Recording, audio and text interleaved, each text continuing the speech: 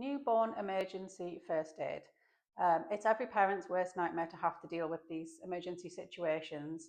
However, we should all be equipped to do this. So I'm going to show you how to resuscitate a baby who has gone into respiratory or cardiac arrest. So firstly, we are going to identify that the baby's unresponsive. So we're going to do that by just tapping the baby on the foot, giving it a little rub, tickling its toes. Come on, baby. The baby's unresponsive. We're going to then next shout for help. If you've got your phone to hand, you can grab that straight away and dial 999. Put them on the speaker so you can speak to the call handler while you carry on through the rest of this process. So we are going to then check for normal breathing.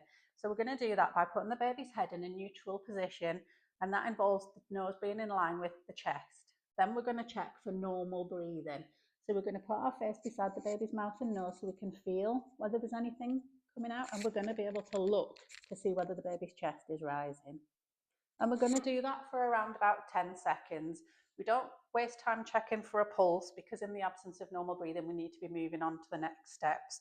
So we've identified that our baby's not breathing normally. So we're going to go on and give our rescue breaths. So with newborns and children, we give 5 rescue breaths before we start our chest compressions.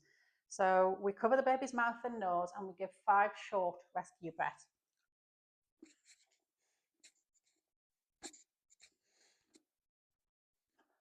And then we move on to our chest compressions. So an updated version of the CPR algorithm from the Resuscitation Council UK now involves encircling the baby's chest with our hands rather than 2-finger approach. So we're going to put our hands right around the baby's chest, and we're going to put our thumbs on the bottom third of the baby's sternum, so the breastbone, and we're going to depress the chest, so press down for about 1/3 of the depth of the chest, or around about 4 centimetres. And we're going to do that at a rate of 100 to 120 beats per minute. So it's sort of along the lines with like Baby Shark, do, do, do, do, do. Or if you're a bit younger, the Golden Song from K-pop Demon Hunters. So it's a lot quicker than you think it is. So we do that 15 times. So we do 5 initial rescue breaths, 15 chest compressions, 2 rescue breaths. So we'll do our 15 chest compressions.